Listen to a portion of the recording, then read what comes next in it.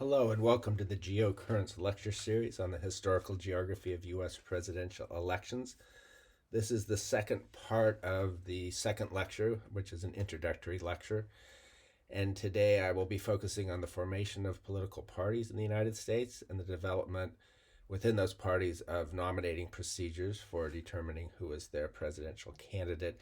And I'll end with a brief discussion of whether or not there has been a decline in the intellectual caliber or ability of presidents after the early years of the Republic.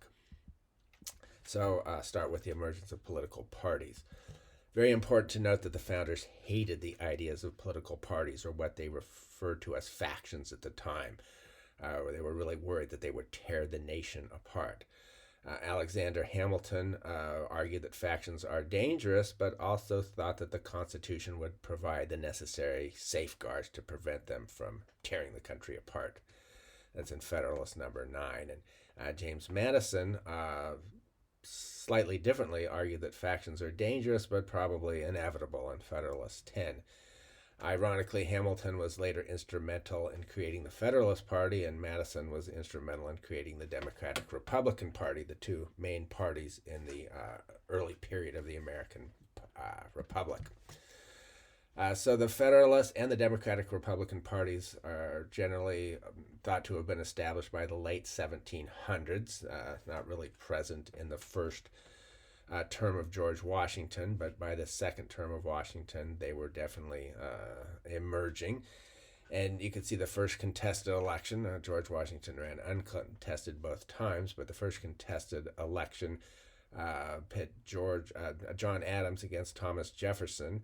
And you could see from this Wikipedia page that Adams is described as a Federalist and Thomas Jefferson as a Democratic Republican.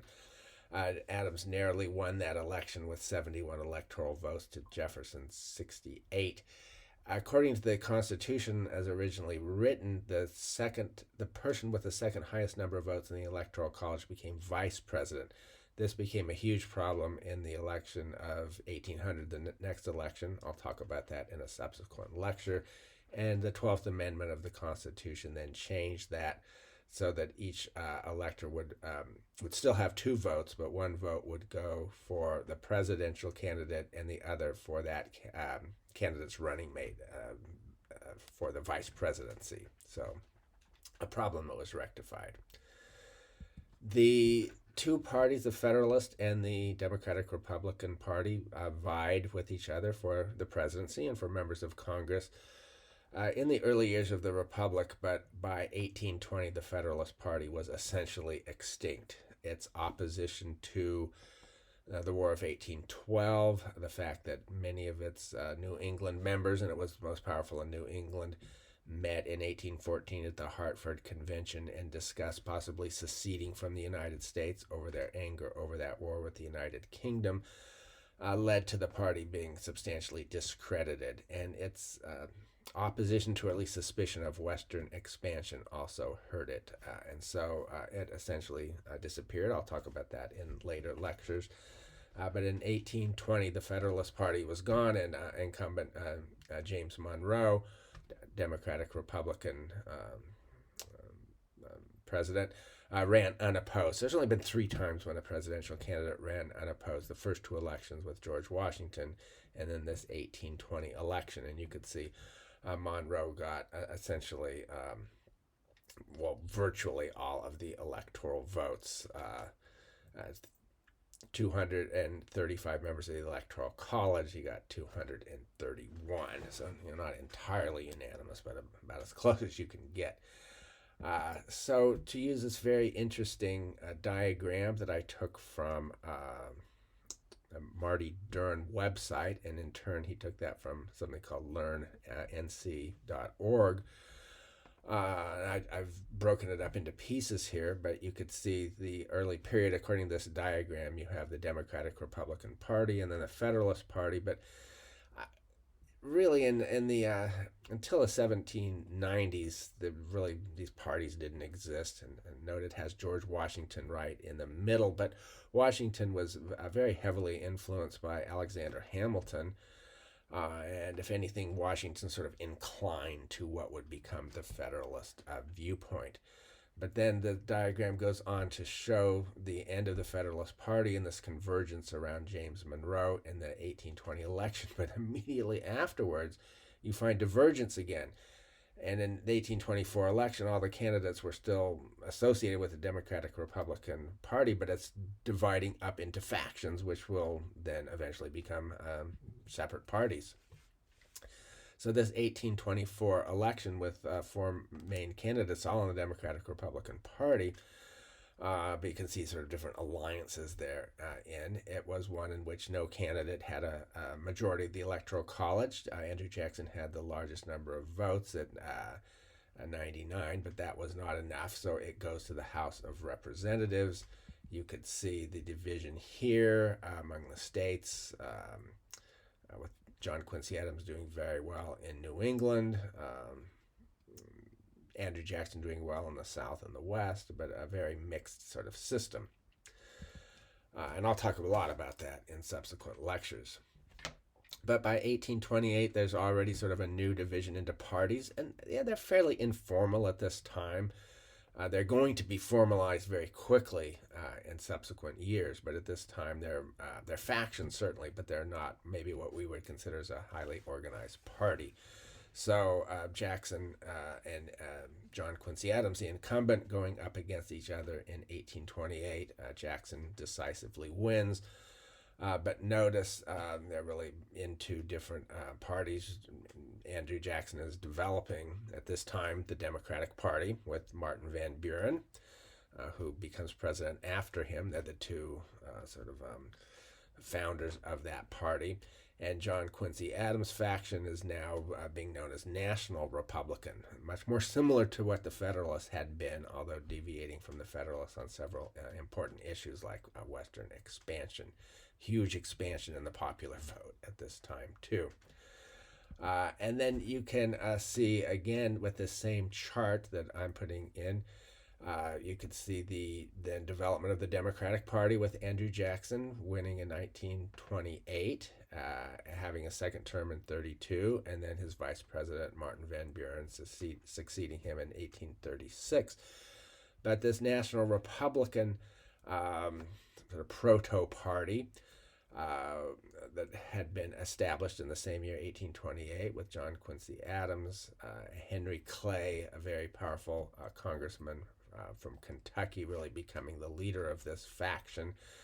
There was also for a while an interesting and important party called the Anti-Masonic Party, which I'll lecture at some length later on.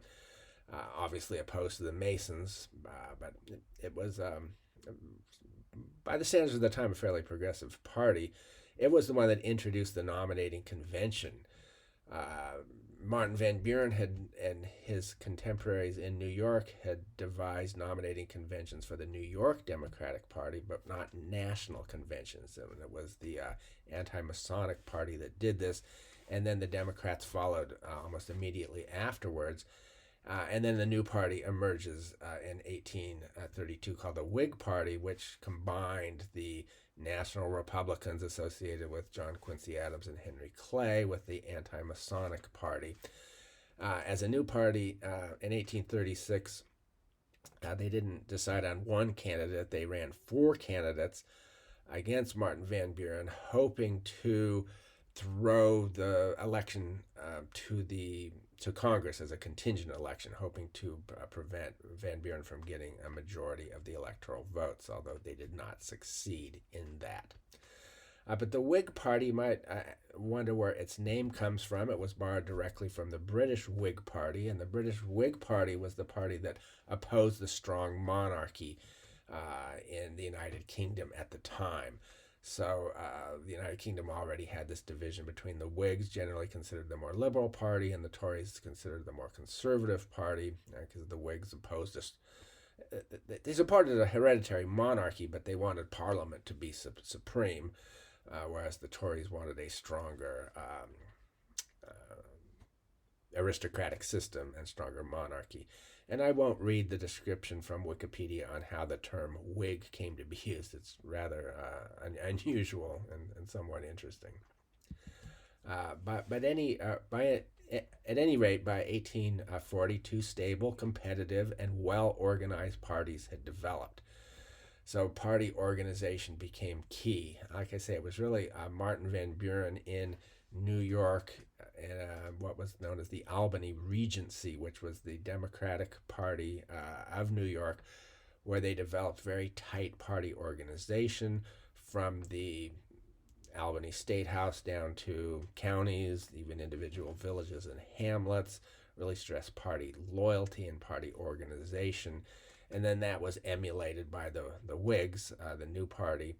And in 1840, the Whigs were sort of able to beat the Democrats at their own game, although that's going to be very temporary. As time went on, though, the Whigs and the Democrats themselves both became increasingly internally divided. So, for example, the Whigs became divided between the Southern Whigs, known as the Cotton Whigs, and the Northern Whigs, who were much more hesitant and eventually opposed to slavery, who became known as the Conscience Whigs. And then the Democrats themselves had not quite as big a division, but a pretty substantial division between northern and southern branches, based around the question of slavery, and especially the question of slavery's extension into western territories. And note, at this time, 1844, South Carolina was the only state that had not adopted the popular vote to determine presidential electors. They still use a state legislation. South Carolina was the sort of the last state to really move in this more democratic direction, and remained a state with a democracy deficiency for a long, long time. Let's just put it that way. But you can see in this map the two parties were competitive across the country. But eventually the slavery issue became so extreme that the Whig Party collapses, and an explicitly anti-slavery party, the Republican Party, emerges. At first, they were not claiming they wanted to eliminate slavery, but they certainly wanted to stop its spread, and eventually, when they did gain power, did indeed eliminate it. And you could see in that map of 1856, the first election which the Republicans had a presidential candidate, John C. Fremont. The Republicans lost, but they took all the states of the far north. And then in 1860, they're going to, well, here we have in 1860, what happens is the Whigs are gone. You have an explicitly anti-slavery party in the Republicans. The Democratic Party then divides as well into Southern Democrats and Northern Democrats. Another party emerges called the Constitutional Union, which basically said, let's not talk too much about slavery. Let's just keep the Union together. A very interesting election where the Southern Democrat Breckinridge really triumphs across most of the South and takes their electoral votes. Abraham Lincoln, as a Republican, triumphs in the sort of the far north and takes the electoral votes of essentially all the northern states, and wins the election with a far from a majority, but a plurality of the popular vote, and that leads, of course, to the division of the country with the secession of the southern states. After the Civil War, a country develops a stable rivalry, relatively stable, between the Republican and Democratic parties. Although, as we will see over the course of this lecture class, that what the two parties stood for at any given time is going to change, often quite radically. A lot of people said that they just switched their platforms, and that's not true at all. On some issues, the Republican Party maintained, or for example, a very consistent policy of favoring business. But on many issues, especially civil rights issues, yes, they did indeed change positions. I'm going to address a little bit of a different question. I say it's an impossible but essential question, which is, when did the United States become a country that we could call a democracy? Some would say at birth. Some would say after the election of 1800, when Thomas Jefferson comes into power. Jefferson certainly considered that a revolutionary election that would really enhance democratization. There was another wave of democratization, a very extensive one under Andrew Jackson in the 1830s, but very much limited to white men. But before that, before the Jacksonian period, most states had property holding or tax paying requirements for someone to be able to vote. That really starts to disappear from most states quite rapidly. Although some states, Rhode Island, interestingly enough, maintained those taxation or property holding qualifications for quite some time. Others, of course, would argue it comes with the Emancipation Proclamation of 1863 ending slavery and subsequent legislation after the Civil War to allow black people to vote. But as I've explained before, the South was eventually able to get away from those reforms and prohibit blacks from voting, and that remains true all the way up to the Voting Rights Act in the mid 1960s. So others then would say that democracy, we can't really say it occurred until the 1820 with the 19th Amendment and women's suffrage. And again, some would say it doesn't come till the Voting Rights Act, and some would say it's really never come. But we're not. The United States is not a true democracy. And you can make arguments for all of those positions. Alexis de Tocqueville, a very prominent French aristocrat and thinker and writer who traveled extensively in the United States in the 1830s and wrote a very important book called Democracy in America. He certainly thought that the United States was a democracy by the standards of the time. He also was very keen to try to understand that democracy because he believed democracy was the wave of the future and was going to be coming to France, and wanted to understand it. So his guiding questions were sort of, why has democratic governance worked in the U.S. but not elsewhere? And also really wondered if democracy in the U.S. is doomed to a descent into a tyranny of the majority. A very interesting quote from him. He says, "The American Republic will endure until the day Congress discovers it can bribe the public with the public's money." Some would say that's prescient.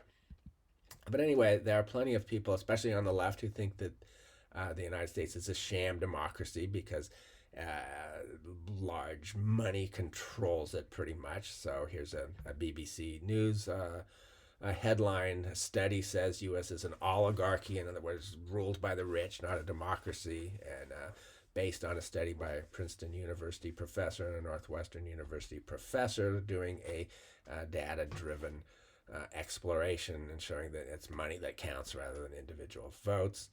On the right, you see a lot of arguments saying the United States is not a democracy, has never been one, and never should be one. So here we have from the Heritage Foundation a headline saying, "America is a republic, not a democracy." And then later on, it's a little more qualified, "America is a republic and not a pure democracy." Well, what is a pure democracy? Could there ever be one? I suppose it's possible, but there certainly has never been any pure democracy by any means. It would be difficult to install. I think this is not a useful argument or discussion. I think it, on both sides, right and left, there's a confusion between forms of government and modes of governance. So the former is absolute, the latter is relative. And I'll try to explain what I mean by this. But there's never been a pure democracy. It's also important to note that republics can be very authoritarian and tyrannical. And monarchies can be democratic. A form of government, a republic is a form of government. A monarchy is a form of government.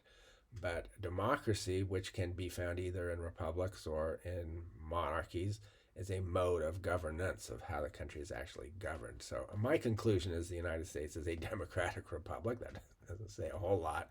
And I'd also argue there's a good reason why the political faction of Madison and Jefferson is called the Democratic Republican Party. They actually didn't use that term themselves. They usually called themselves Republicans or Jeffersonians or Madisonians or something like that. But if we look at a map of just a map, I didn't make this map, but I don't know actually who did it. Sometimes hard to trace these out. But it's showing form of government, so legal form of government, an absolute issue. In blue, we have here presidential republics.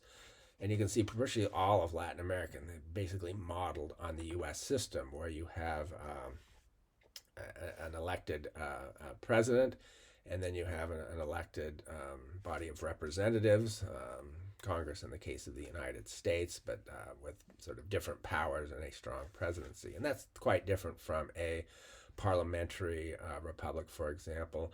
But in red, we have, in this map, we have constitutional monarchies, like the United Kingdom, and even Canada, Australia are actually part of that same monarchy. The head of the head of state in Canada is the monarch of the United Kingdom. And Canada is an independent country. It's not strictly speaking a republic, but it certainly is independent, and it has its own head of government, which is different from a head of state.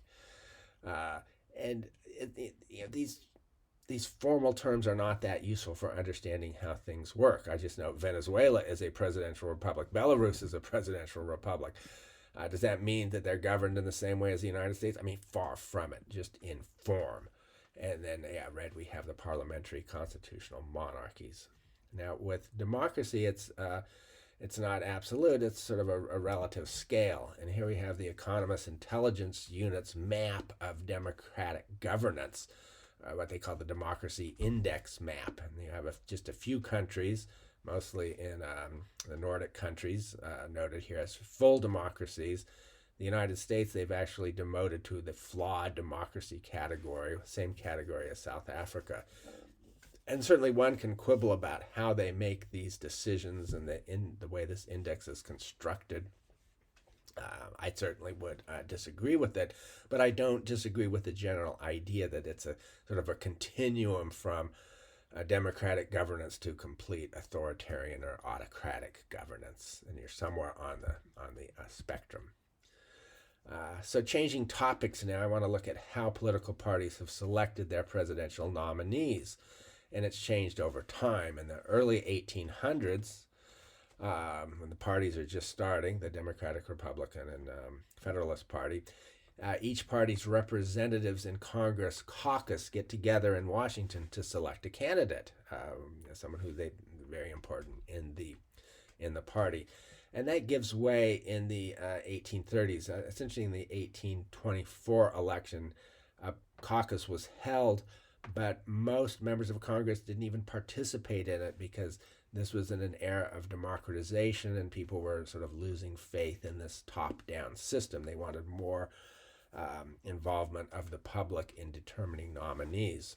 So by the 1830s, you get nominating conventions. As I mentioned, it was the anti-Masonic party that pioneered this, but other parties did it as well. It almost required a certain degree of transportation development in advance for this to happen, to bring representatives from all across the country to one city.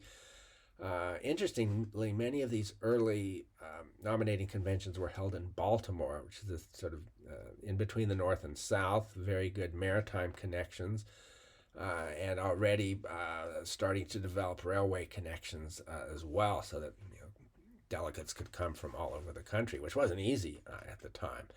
But then the parties also have their state conventions to select the delegates to the national convention, so it's sort of a nested system.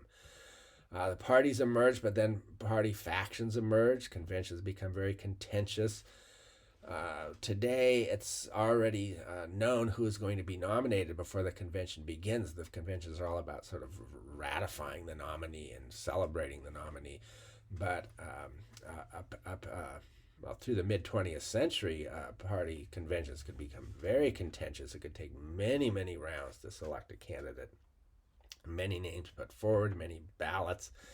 You got the phenomenon of dark horse candidates who many people hadn't even heard of, but they are becoming sort of an accepted compromise. I'll give you an example of this. This was the Democratic Party in 1924, a very, very fractious and fraught convention where the Democrats at the time were really split between their southern and northern factions. So the northern faction tended to be very urban, very large Catholic contingent. The Southern faction, very, very few Catholics. The Southern faction, much more conservative, especially on issues of civil rights. So the two leading contenders were New York Governor Al Smith, who himself was from New York City, Irish Catholic, anti-nativist, you know, very not supporting of the immigration restriction, which was coming online in the 1920s against prohibition, which was law at the time. And then the Southern favorite was William McAdoo. Actually, he was from California at the time, but his background was definitely Southern. He had moved to California. He was a sympathizer of the Klan, a nativist, a prohibitionist, a very accomplished former Treasury Secretary, actually son-in-law of former President Woodrow Wilson. But it was a kind of a vicious convention. Smith supporters tended to regard the Southerners as Hicks and Rubes. The McAdoo supporters tended to regard Smith supporters as corrupt and venal. After 103 ballots, and this is over 17 days in a sweltering New York heat wave for air conditioning, a compromise candidate was selected, John Davis. From West Virginia, which is sort of a compromise in between the North and South. Wall Street lawyer, former ambassador to the UK, quite conservative in many ways, but he was absolutely destroyed in the election by Republican candidate Calvin Coolidge. Davis took less than 30% of the popular vote. In these conventions, there's the notion of critical decisions being made in smoke-filled rooms by party bosses. And this is a stereotype to some degree, but only to some, because there definitely was this phenomenon of party bosses who would had a tremendous amount of power within the party and could hammer out these compromises and make these decisions. Primary elections started to be held in the early 20th century, early 1900s, really pioneered in the state of Wisconsin, which was at the time, by a good measure, the most progressive state in the country. And a lot of these more democratic ideas for determining party nominees came out of Wisconsin, but they spread to many other states, mostly in the Northeast, but not entirely. And so you could see by 1960, binding primaries were held. Some states had primaries, but they were just sort of in an advisory capacity. They didn't actually determine delegates. But it was not most states. And in fact, you could have a situation like 1968 in the Democratic Party. This is one of the most fraught conventions that occurred. And I'll talk about that at some length later on. But a very vicious system. Hubert Humphrey won the nomination pretty easily, first ballot, but he didn't even compete in any primaries.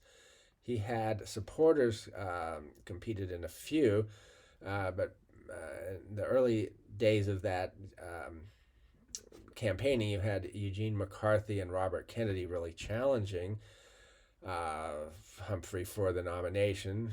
Kennedy is shot and assassinated, and in the long run, it was sort of party insiders, party bosses, if you will, who determined that Hubert Humphrey would then become the candidate, even though he hadn't competed in primaries. After this, the Democratic Party really thought they needed to rethink the whole process. And there was an important commission called the McGovern-Fraser Commission for the Democratic Party to determine a new way to pick its nominee. And it really sort of substantially democratized the nomination process of the Democratic Party. And the Republican Party was later to follow along with most of the reforms of the McGovern-Fraser. Not all of them by any means, but they moved in this more primary-driven Democratic direction. And so the McGovern-Fraser Commission, its conclusions were that states would be really encouraged, not forced, but encouraged to hold primaries or a broad-based caucus. And not just a caucus of party bosses, but a caucus like Iowa, say, was famously developed, where lots of ordinary citizens can come and listen to the candidates and gradually choose who they want.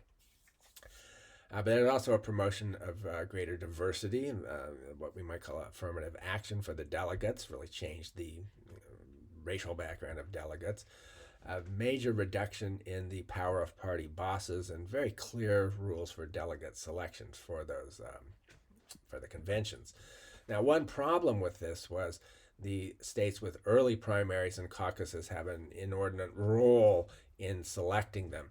A very interesting project called the Wisconsin Advertising Project looked at where money was spent. This is in 2004, and found that 48% of money spent on TV ads were run in two states, Iowa with first caucus and New Hampshire with the first primary. And you can see a map just showing the roles of different states, at least as far as the money goes in going into campaigning. And just look at the huge extent of New Hampshire there. It has been argued that the McGovern-Fraser Commission had many benefits, but also may have resulted in a kind of a hollowing out of the of both parties. A very interesting book written just this year, The Hollow Parties, The Many Past and Disordered Present of American Party Politics. Book I would highly recommend. It's one of those books where I disagree with a lot of its main conclusions, but nonetheless find it brilliantly argued and researched, and just a treasure trove of information. So just to quote Amazon's summation of it, that American political parties are hollow shells of what they could be, and I should say what they were, locked in a polarized struggle for power and unrooted as civic organization. Activists in the wake of the 1968 Democratic National Convention, in other words, the McGovern-Fraser Commission, transformed the presidential nomination but failed to lay the foundations for robust, movement-driven parties. They also blame the Republican Party, even more so, for this so-called hollowing out. But they argue that there were benefits from this more democratic procedure, but costs as well, as it weakens formal party structures, reduces the prerogatives of rank, which have been earned, and also, for the Democrats, certainly reduced the power of labor unions. A real irony here is with George McGovern himself, who was one of the two leaders of that commission, McGovern-Fraser Commission. McGovern goes ahead to get the next nomination on this more democratic basis, and just loses catastrophically in the 1972 election to the incumbent Republican Richard Nixon. McGovern took only one state and the District of Columbia, Massachusetts and the District of Columbia. You can see on that county map, he hardly took any counties, or relatively few, and only got 37.5% of the popular vote. McGovern later said, "I opened the doors of the Democratic Party and 20 million people walked out." So that might be, from the Democratic Party's perspective, one of the costs of this democratizing procedure. And later, the Democratic Party would respond to that with the creation of superdelegates, and then walking away from that. So that's an ongoing issue of how to determine your candidate and how democratic should that process be.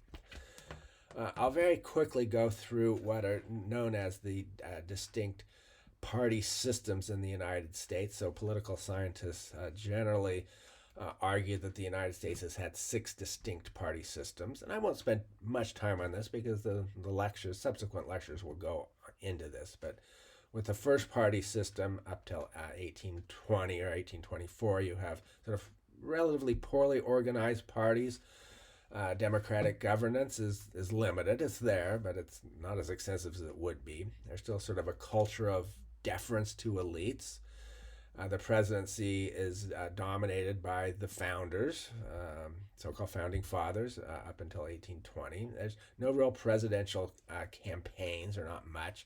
Certainly, people weren't even supposed to seek the presidency. The office was supposed to seek the man rather than the man the office. It was unseemly for someone to sort of campaign. That was one of the reasons Aaron Burr lost a lot of respect, is he was really seen as sort of conniving, trying to become president, and that was not the way it was supposed to be.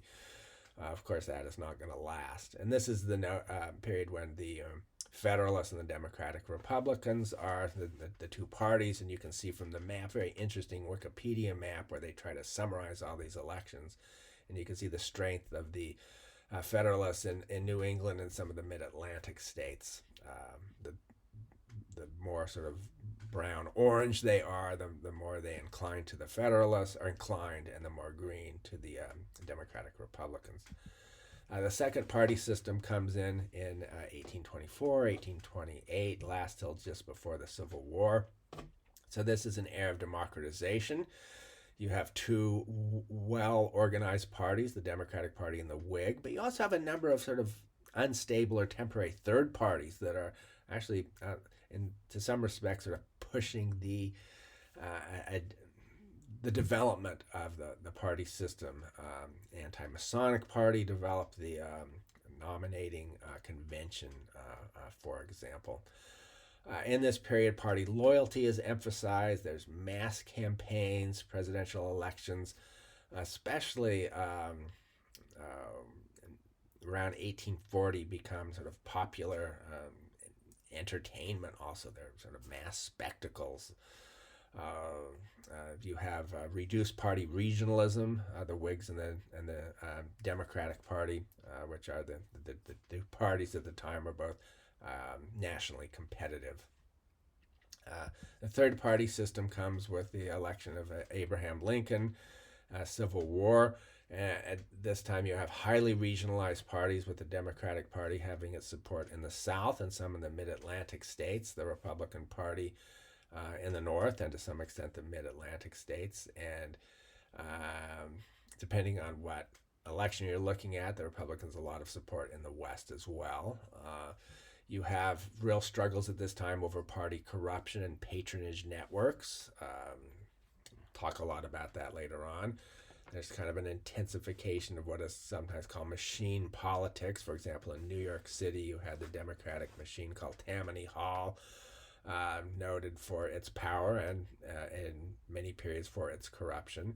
But you find that in both parties. The Republicans had their own urban machines as well and controlled a number of cities. The Democrats by no means had a monopoly over power in large cities.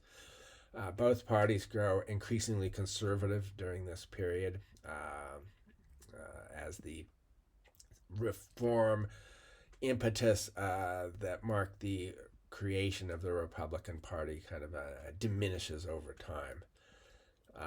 So both parties are actually quite competitive through most of this period. The fourth party system, 1896 to 1920, it's marked by Republican domination in most years, except when the party divides, which happened in 1912 when Theodore Roosevelt left the Republican Party and formed the Progressive or Bull Moose Party. But then the Republicans dominate in the 1920s again. This is a period when the Democrats embrace left-wing populism under William Jennings Bryan and then reject it. But both parties are roiled by the rise of progressivism. Both have their progressive wings. And then it's followed by the decline of the progressive ideology in both parties. It's also a period when international issues and overseas imperialism figures pretty prominently. We get a fifth party system with the Depression and the election of Franklin Delano Roosevelt. We get reduced regionalization because the Democratic Party, which is the stronger party during this period,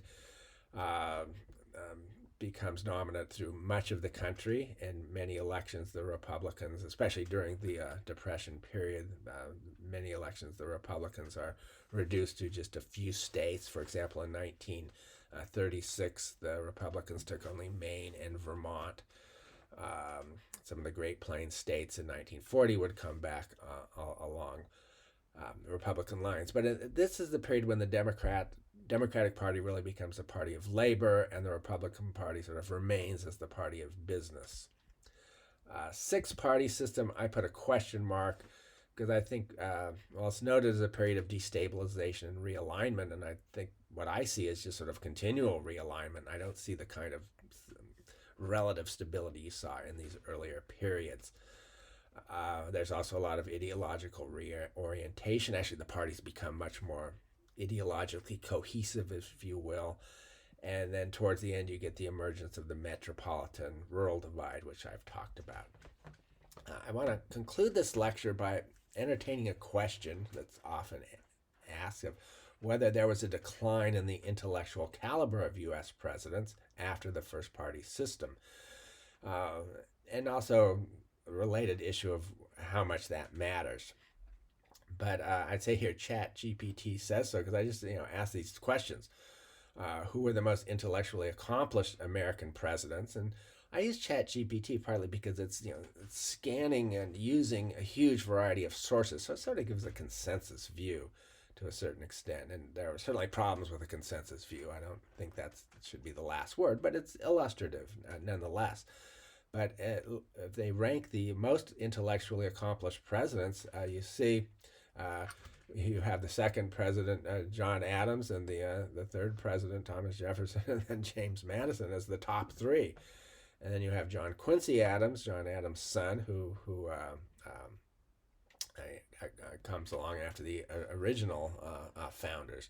And then we have a scattering of presidents from other periods. Woodrow Wilson, whether or not he was a highly controversial president, let's just put it that way. But he was the only president with a PhD. He was a transformative president of Princeton University. Abraham Lincoln, that's many would agree with that. Theodore Roosevelt, Barack Obama, that might be a little more controversial. But then you ask ChatGPT, who are the most intellectually mediocre presidents? It's interesting. We get none from the early period, a scattering from other periods, but we see three of them in that second party system: Buchanan, Pearson, Millard. Fillmore Buchanan, a Democrat; Pierce, a Democrat; Millard Fillmore, a Whig. But very few sources would think that either of those three were intellectually accomplished or really accomplished accomplished as presidents. Let's put it that way. ChatGPT completely misses one of the most intellectually accomplished presidents, and almost all sources do. So I have to bring this in. And this president was James Garfield, a Republican who was elected in 1880. So as I say, ChatGPT misses him, and almost all sources do. So Garfield himself was raised in quite dire poverty. His father died when he was very young. As a teenager, he had to spend some time working on a canal on a tow rope.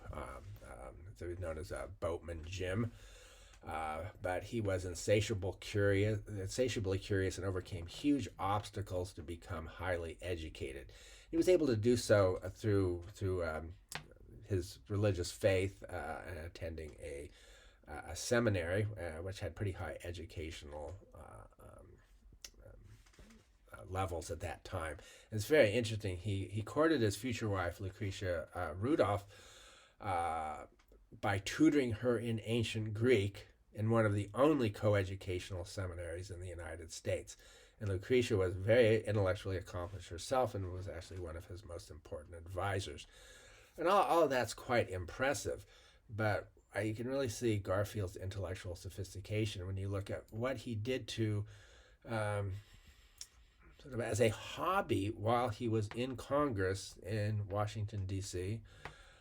For long periods of time alone. He liked to work on mathematical issues, and he actually came up with a unique solution to the Pythagorean theorem: a squared plus b squared equals c squared. There are many proofs of this, but his is the trapezoidal proof. It's regarded as a very sort of clever way of solving it, published in a mathematical journal. So that tells you something about Garfield. Now, why don't we remember Garfield? Well, Garfield was shot very soon after becoming president. He was shot by a disgruntled office seeker. Garfield was a member of the wing of the Republican Party that was really stressing the need for reform of the civil service so that civil service jobs would go to the most qualified people rather than people who were party loyalists. And one of these disgruntled loyalists shot him and killed him. He was only president for about a month, so that's one reason why he's often forgotten. But even if it's true that the intellectual caliber of presidents really declined after the founders, who were almost all of extraordinarily well educated and very highly accomplished, um, uh, even though that's true, it doesn't necessarily mean that, well, intellectual caliber doesn't necessarily mean you're going to be a good president. And last slide here, I'll try to illustrate this, is a quotation from Oliver Wendell Holmes Jr., Associate Justice of the Supreme Court, one of the most influential justices, a towering intellect. I think almost everyone would agree with this. And what he said about Franklin Roosevelt. And I should note, this is controversial. ChatGPT actually has Franklin Roosevelt pretty high on the level of intellectual caliber, but Oliver Wendell Holmes didn't think so. He said Franklin Roosevelt had a second-class intellect, but a first-class temperament, which made him a very effective president. And Franklin Delano Roosevelt was certainly, well, almost certainly, I would certainly argue, a far more successful president than Woodrow Wilson. And Wilson was, actually a towering intellect in many ways. Only PhD and a transformative president of Princeton, but not a particularly successful president, and also a pretty frighteningly authoritarian one, which I'll talk about later on. Many Republicans have said the same thing about Ronald Reagan. Very few people would say that Ronald Reagan had a first-class intellect, but certainly his supporters would say he had a first-class temperament and as a result was a very effective president. So being intellectually accomplished by no means implies that one is going to be a good, effective, or accomplished president. So thank you. That is the end of this lecture, and I'm sorry to say there's a little problem in my numbering system for these lectures. So the numbering system is a little bit out of order, but the next lecture, which has already been posted on the Geocurrents YouTube page, looks in detail at the presidential elections during that first party system. So thank you for listening, and I hope you can tune into subsequent lectures.